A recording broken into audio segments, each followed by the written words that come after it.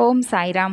శ్రీ సచ్చిదానంద సమర్థ సద్గురు సాయినాథ్ మహారాజ్కి జై. మన సాయి కుటుంబ సభ్యులందరికీ నమస్కారం అండి. ఎలా ఉన్నారు, ఏం చేస్తున్నారు? మీరందరూ కూడా సంతోషంగా, క్షేమంగా, ఆరోగ్యంగా ఉండాలని, సాయినాథుని యొక్క ఆశీస్సులు మనపై ఎప్పుడు ఉండాలని మనస్ఫూర్తిగా ఆ సాయిని వేడుకుంటూ ఈరోజు వీడియోను మొదలు పెడుతున్నాను. ఇక ఈరోజు వీడియోలో బాబాగారి సందేశం ఏమిటి అంటే, బిడ్డ, నీకు నేను చెప్తున్నటువంటి శుభవార్త, అలాగే హెచ్చరిస్తూ చెబుతున్నటువంటి శుభవార్తగా భావించి నేను చెప్పే మాటను పూర్తిగా ఆలకించంటున్నారు. బాబాగారు ఏమిటి, ఒక పక్క హెచ్చరిస్తున్నాను అంటున్నారు, మరొక పక్క శుభవార్త అంటున్నారు. చాలా విచిత్రంగా ఉందే అని చెప్పి మీరు కూడా సందేహిస్తున్నారు కదా. మరి బాబా ఏం చెప్తున్నాడు అనేది పూర్తిగా అర్థం చేసుకొని ఈరోజు ఈ వీడియో ద్వారా అయితే తెలుసుకుందాం. మరి కొత్తగా మన ఛానల్ చూసేవాళ్ళు ఛానల్ను సబ్స్క్రైబ్ చేసుకొని సపోర్ట్ చేయండి, వీడియోకు లైక్ చేయండి. అలాగే బాబాగారి సందేశాన్ని తెలుసుకోబోయే ముందు చాలామందికి ఎన్నో సమస్యలు, ఇబ్బందులు ఎదురవుతూ ఉంటాయి. అంటే ఒక్కొక్కరికి ఒక్కొక్క సమస్య ఉంటుంది కదండి. ప్రేమ, పెళ్లి, సంతానం, వ్యాపారం, భార్యాభర్తల మధ్య గొడవలు, ఇలా మీకేదైనా సమస్య ఉంటే శ్రీ సాయి భగవతి జ్యోతిషాలయం గురువుగారు పవన్ నమోద్రి గారు మీరు ఉన్న చోటనే మీకు ఫోన్ ద్వారా సరైనటువంటి పరిష్కార మార్గాన్ని తెలియజేస్తారు. 9043637512 సంప్రదించవలసినటువంటి ఫోన్ నెంబర్. ఇక బాబాగారి సందేశం గురించి తెలుసుకుందాం. బిడ్డ, నేను నిన్ను హెచ్చరిస్తూ మరి నీకు ఒక మంచి జీవితాన్ని ప్రసాదించాలని శుభవార్త కూడా తీసుకొచ్చానులే, కంగారు పడవద్దు.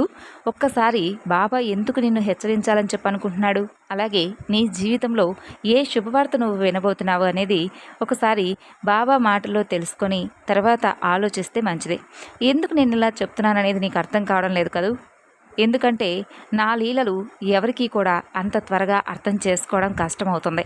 అయితే కొన్ని సంవత్సరాల పాటు కావచ్చు, లేదంటే గత కొన్ని రోజుల నుండి కావచ్చు, నువ్వు కొంచెం బాధగా, దీనంగా ఉన్నావు. నిజమే, కర్మఫలాల వలన కొన్ని జరగక తప్పదు. అంటే నువ్వు పడవలసినటువంటి కష్టాలు కావచ్చు, అనుభవించవలసినటువంటి ఏదైనా కానీ కష్ట నష్టాలు అనేవి కర్మఫలాల వలన ఏర్పడతాయని చెప్పి తెలిసిందే కదా.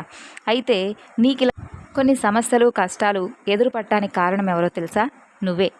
ఎందుకంటే కొన్ని సమస్యలు అనేవి మీకు మీరుగా కొని తెచ్చుకున్నవారవుతారు. కొన్ని కర్మఫలాల వలన, కొన్ని కాలం పెట్టే పరీక్షల వలన, కొన్ని భగవంతుడు చిన్న చిన్న పరీక్షలు మిమ్మల్ని పెడుతూ ఉంటాడు.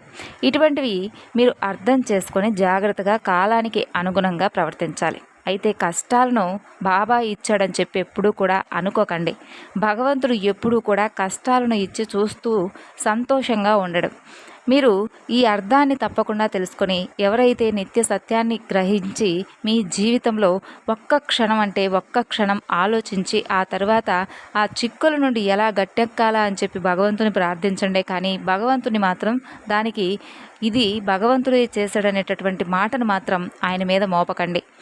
ఎప్పటిలాగే మీరు మీ కుటుంబంతో చాలా సంతోషంగా గడపబోతున్నారు. ఇది నేను చెప్తున్నటువంటి వాగ్దానం. అలాగే ఏ వైపు నుండి ఏ సమస్య వస్తుందో అనేది మిమ్మల్ని అర్థం కాక చాలా ఇరకాటంలో ఉన్నారని నాకు అర్థమవుతుంది. అయితే ఎటు నుండి ఏ సమస్య కూడా నీకు రానివ్వకుండా నేను కాపలాగా ఉంటున్నాను. అలాగే ఒక రక్షణ కవచంగా నిన్నెప్పుడూ కూడా కాపాడుకుంటూ వస్తున్నాననే మాట వాస్తవమా కాదా? ఒక్క నిమిషం నువ్వు జాగ్రత్తగా ఉండు. నీ జీవితాంతం కూడా నువ్వు సంతోషంగా ఉంటావు. కష్టాలు వస్తే తీర్చుకోవడం అవన్నీ వేరు, కష్టాలను కొని తెచ్చుకోవడం ఇది వేరు. కష్టాలనేవి ప్రతి ఒక్కరికి వస్తుంటాయి, కానీ కొని తెచ్చుకోవడం మాత్రం మనకు మనమే చేతులారా చేసుకుంటాం. అయితే మన జీవితాన్ని మనమే నాశనం చేసుకుంటూ ఉంటాం. అలాంటి తప్పులు చేయకుండా ఈరోజు బాబా తన బిడ్డలకు ఎటువంటి జాగ్రత్తలు చెప్పబోతున్నాడో తెలుసుకుందామా? ఏ విధమైనటువంటి చిక్కు మనల్ని చుట్టుముడుతుందో, ఏ సమస్యలు మనల్ని బాధ పెడుతున్నాయో తెలుసుకోండి. ప్రతి ఒక్కరూ కూడా బాబా గారు చెప్పేటటువంటి మాటలను విని ఆయన అడుగుజాడలో నడుచుకుందాం. ఏ జాగ్రత్త పాటించాలో తెలుసుకుందాం. మన జీవితాన్ని ఆనందంగా గడపాలని చెప్పి బాబా కూడా ఎప్పుడు తహతహలాడుతూ ఉంటాడండి. ఎందుకంటే తన బిడ్డలు బాధలో ఉంటే ఆయన చూస్తూ ఉండడు.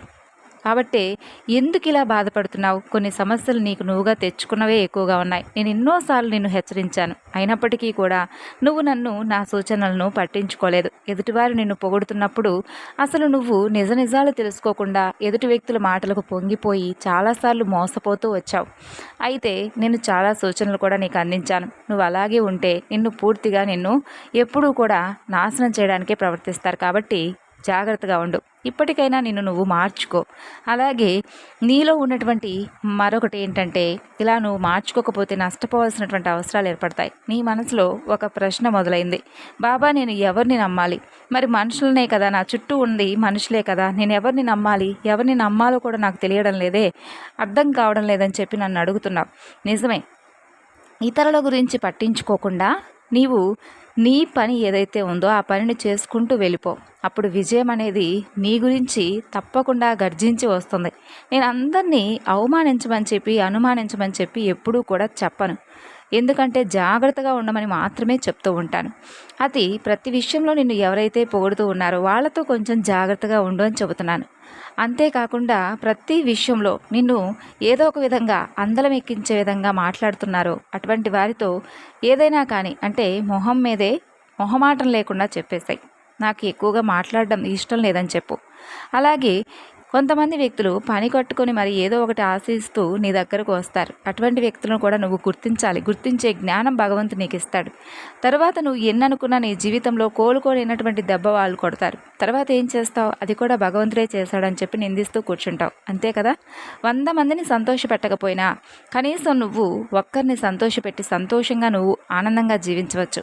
ఎందుకంటే ఒకరు నిన్ను మోసం చేసినా నువ్వు ఆ బాధను తీవ్రంగా మనసుకు తగిలించుకొని ఎప్పుడూ కూడా బాధపడుతూ కూర్చునే కంటే కూడా ముందే జాగ్రత్త పడమని చెబుతున్నాను. నువ్వు ఓడిపోతుంటే బాధపడుతుంటే చూసే కళ్ళు చాలా ఉన్నాయి. కాబట్టి నీకు కావాల్సింది ఎప్పుడూ కూడా భగవంతుడు ఇవ్వడానికి ప్రయత్నిస్తాడు. కానీ నువ్వే లేనిపోని సమస్యలను నీ మెడకు చుట్టుకునేలా చేసుకుంటున్నావు. ఇతరులను బాధ పెట్టడం నీటిలో రాయి విసిరినంత సులభం. కానీ ఇతరులను సంతోషపెట్టడం, మరలా మునుపటిలా వారిని తీసుకురావడం, ఆ నీటిలో రాయిని మరి వెతికి తీసుకురావడం అనేంత కష్టంగా ఉంటుంది. కాబట్టి ఎవరైనా నేను బాధ పెడుతుంటే చూస్తూ అలా ఉండకుండా ఎదురు తిరిగి సమాధానం చెప్పు. నేటి సమాజంలో చాలా సులభంగా మిమ్మల్ని మీ మనసును గాయపరిచేవాళ్ళు, పని కట్టుకొని మిమ్మల్ని అధపాతాళానికి తొక్కడానికి సిద్ధంగా ఉన్నవారు ఎప్పుడూ కూడా ఉంటారు. కాబట్టి మిమ్మల్ని మీ మనసును బాధ పెట్టుకోకుండా సరైనటువంటి సమయానికి మీ ప్రవర్తన విధానం మార్చుకుంటే చాలు. తొందరపడి కోపంలో ఎవరిని ఎలాంటి మాటలు కూడా అనకండి. ఏదైనా కానీ నీ విజయంతోనే సున్నితమైనటువంటి మాటలతోనే వారికి ఏదైనా కానీ నొచ్చుకునేలాగా మాట్లాడి చూపించండి. జాగ్రత్త. ఎప్పుడూ కూడా ఎవరిని బాధ పెట్టినటువంటి నిన్ను ఇలా ఎందుకు చెప్పాలనుకుంటున్నానంటే, నిన్ను కావాలని పని కట్టుకొని మరి కొంతమంది వ్యక్తులు బాధ పెడుతున్నారు. కాబట్టి నువ్వు కూడా ధైర్యంగా బ్రతకాలి కదా ఈ సమాజంలో. కాబట్టి నీకు ఎవరు ఏంటనేది ఒక అవగాహన రావాలని చెప్పి ఇలా చెబుతున్నాను. అలాగే నీకు ఒక విషయం చెప్తాను, జాగ్రత్తగా విను. ఏ బంధాలనైతే నువ్వు పక్కన పెట్టావో, ఏ బంధాల గురించి అయితే నువ్వు ప్రస్తుతం పట్టించుకోవడం లేదో, ఆ బంధాలనేవి నీకు తప్పకుండా ఉపయోగపడతాయి. ఎందుకంటే మన జీవితంలో మనకు భగవంతుడు ఒక బంధాన్ని కల్పించాడంటే వారితో నిజంగా మనకు ఎన్నో జన్మల అనుబంధం ఉంటేనే ఈ జన్మలో నీకు ఒక బంధం ఏర్పడుతుంది. కాబట్టి బంధాలను ఎప్పుడూ కూడా నిర్లక్ష్యం అనేది అస్సలు చేయవద్దు. ఏదైనా కానీ నేటి సమాజంలో నీకు తప్పకుండా నీ బంధుబలం అనేది ఉపయోగపడుతుంది. అది ఏ సమయంలోనైనా కావచ్చు. కాస్త ఓర్పు, మరి కాస్త నేర్పు లేకుంటే ఏ బంధమైనా మరి ఏ అనుబంధమైనా మూడ్నాల ముచ్చటగా అవుతుంది. బంధాలంటేనే ఆత్మీయతతో పెనవేసుకునేవి, నమ్మకంతో అల్లుకుపోయేవి, బాధ్యతలతో కూడుకునేవి. బంధంలో బాధ్యతలు బరువు అవ్వకూడదు, ఆత్మీయతలు అస్సలు కరువు అవ్వకూడదు, నమ్మకం దూరం అవ్వకూడదు. అప్పుడే నీ జీవితం అనేది నీకు విసుగనిపించకుండా ఉంటుంది. ఒక బంధాన్ని కలుపుకునేటప్పుడైనా, మరో బంధానికి ముగింపు పలకాలనుకున్నప్పుడైనా 1కి 10 సార్లు ఆలోచించి నిర్ణయం తీసుకోవాలి. బంధాలకు గౌరవం, విలువ ఇస్తేనే పొరపాట్లు, గ్రహపాట్లు దరిచేరకుండా నీ జీవితం అనేది చక్కగా సాగుతుంది. కాబట్టి అదేమిటో కానీ కొందరు అన్నీ చేసినా ఏమీ కాని వారైపోతారండి. మరికొందరు ఏంటంటే ఏమీ చేయకపోయినా అన్నింట్లోనూ తామే అన్నట్లుగా మారిపోతారు. నమ్మకంతో ఉండేవారు దూరంగా మిగిలిపోతున్నారు, నటించేవారేమో దగ్గరగా నిలిచిపోతున్నారు. కాబట్టి ఎవరు ఏంటనేది, ఎటువంటి వ్యక్తులు ఎవరు ఏంటనేది తెలుసుకొని జాగ్రత్తగా మీరు ఉండాలి అని చెప్పి బాబా చెప్తున్నాడు. అలాగే నువ్వు కావాల్సినటువంటి శుభవార్త నీకు అందివ్వడానికి నాకు క్షణాల్లో పని. కాబట్టి రాబోతున్నటువంటి శుభవార్తల గురించో, నీ జీవితంలో వచ్చేటటువంటి మార్పుల కోసమో నువ్వు తహతహలాడకుండా ముందు నిన్ను, నీ జీవితాన్ని మార్చుకునేటటువంటి ప్రయత్నాన్ని నువ్వు చేసినట్లయితే ఏ శుభవార్తలైనా కానీ వాటంతటా అవి వెతుక్కుంటూ నీ పాదాల చెంతకు వస్తాయి. కాబట్టి ఓర్పు, సహనంతో శ్రద్ధా సబూరితో కొన్ని రోజులు వేచి చూస్తావని నేను కూడా నిన్ను కోరుకుంటున్నాను.